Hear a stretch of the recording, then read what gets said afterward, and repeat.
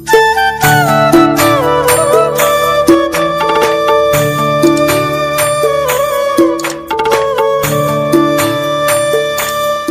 reach a point in earth, you take time. To reach earth, where should you go? You are the earth. Where is the question of it? To see an expression in divinity, you may travel. To see God, where should you go? Be yourself. That is why, if you can now dramatize it, by chance you come across God, He comes a particular form, Mr. God. Embodiment of the whole universe. Just like you have given a form to, listen, given a form to earth in a represent a global represent. In a globe, you represent the whole earth. In a globe, you represent the whole earth. Suppose you want to represent God, with what shall you represent?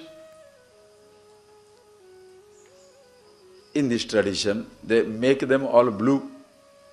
Why this blue God? Everybody blue body. Why this blue?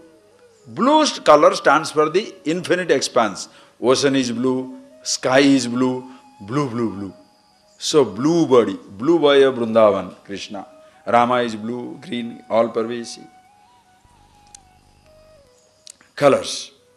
And what name, in what form can you represent earth?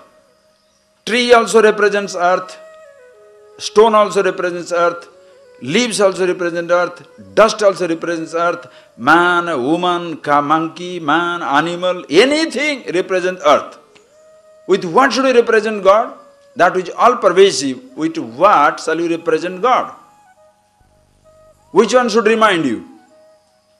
Any form. That is why it is not paganism.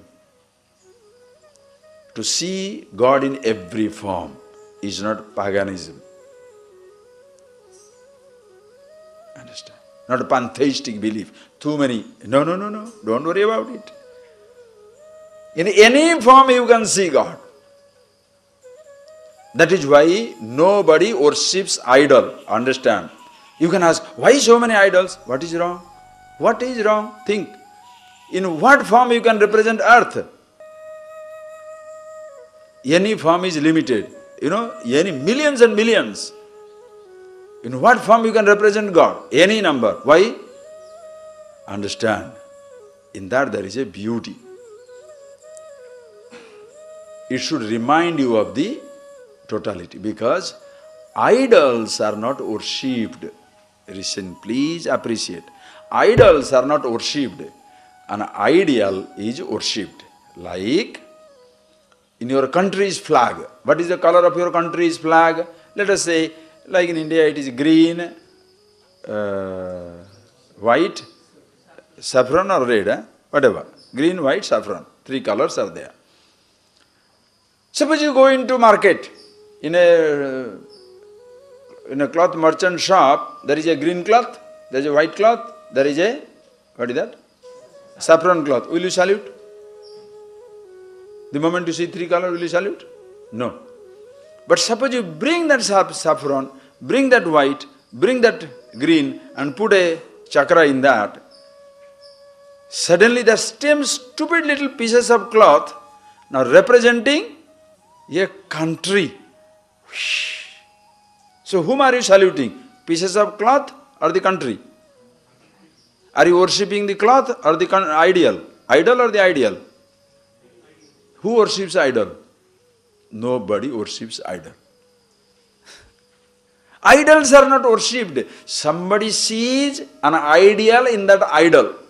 One who doesn't have that ideal, he thinks this is idol worshipper. Are you getting that point, please? You understand? And the person who tells you that you are worshipping idol forgets he also worships. Oh no, we don't worship idol. What about your book? Let us say your book, somebody spits on that book. You will shoot them down, kill them everybody. Why? Book is not an idol. Huh? Only human form is idol. What about the so-called structures that are supposed to house your divinities? Whatever the structure it is. A structure, is it not an idol? The book, is it not an idol? Any representation, any so-called holy representation, is it not an idol?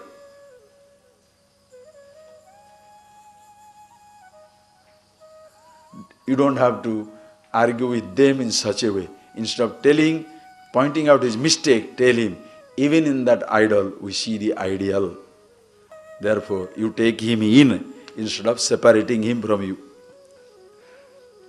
Because he insists that this is an idol. You tell him, no, not only I don't worship an idol, I see an ideal, but also you also don't worship an idol. It is also an ideal. Both are same, don't worry. But the person cannot accept you because he doesn't understand. Just think. Nobody worships an idol. There is no idol worshippers. There was a king. He was very proud. One day, a monk was visiting his place. And he said, I don't believe in God. I don't believe in these idols. Then the monk said, Sir, do you have a picture of your own? Oh, there was a painting of his. Can I have, please? Brought it. He put it there. Put the picture and asked the courtiers, any one of you please come and spit on this. Please spit on this photo. Yep, all the courtiers are trembling with fear. The king's photo is put there and they have been asked to spit. Say, spit on this. Everybody was trembling, Nobody wants to do that. He said, why don't you do it? Of course, he says, Maharaj, O king, not that I want them to spit on. Why can't they spit? Is it a photograph they see or in that photo they see you? Painting is a piece of paper, a block of wood, a piece of stone. But in that stone they see you. That is why they don't dare spitting.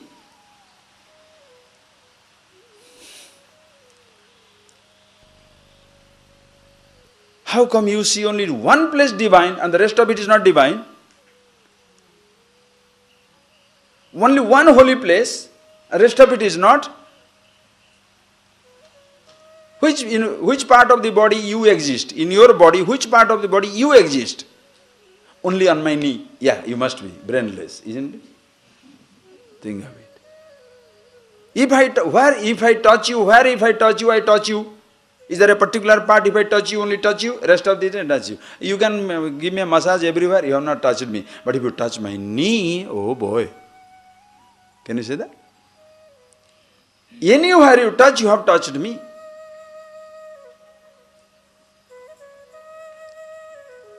Where is that Ishvara? To touch the earth, where should you touch? Touch solar system, where should you touch? Universe, where should you touch? To touch God, where should you touch? If you give a God a name for a form, you shall be permanently pining for Him, to reach Him, to meet Him.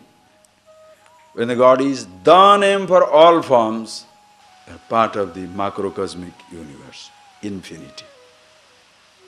Ishavashyamidam sarvam yatkincha jagatyam jagat. Ishavasya Upanishad comes. The whole universe is seen as God, the truth itself. Creation, creator, one and the same.